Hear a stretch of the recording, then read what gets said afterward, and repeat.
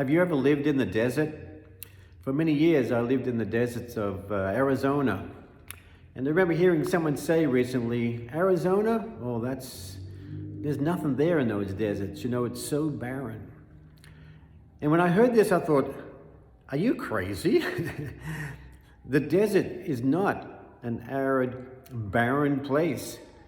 The only place as arid and barren is, I'm afraid, right up here in your head. It's because you don't know the desert. If you're there long enough, you realize the desert is just filled with life. It's abundant with life of all kinds, from the smallest to the largest creatures. They just don't come out in the noonday sun. They know better, but they're there. And there's plenty of water in the desert too, but it's all underground.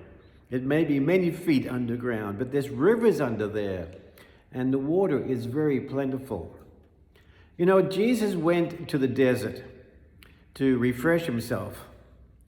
It wasn't because he was going to get away from everything.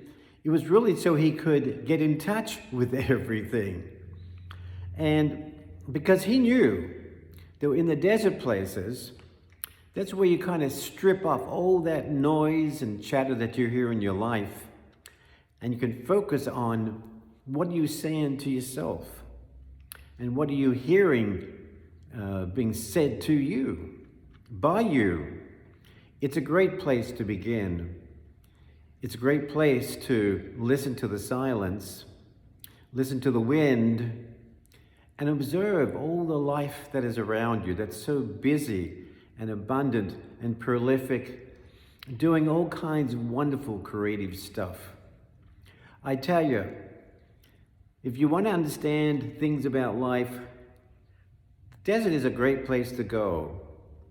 Not to get away from who you are, but really to take time to find out who you are and what you say to yourself and what you're doing to yourself. And I encourage you to do just that.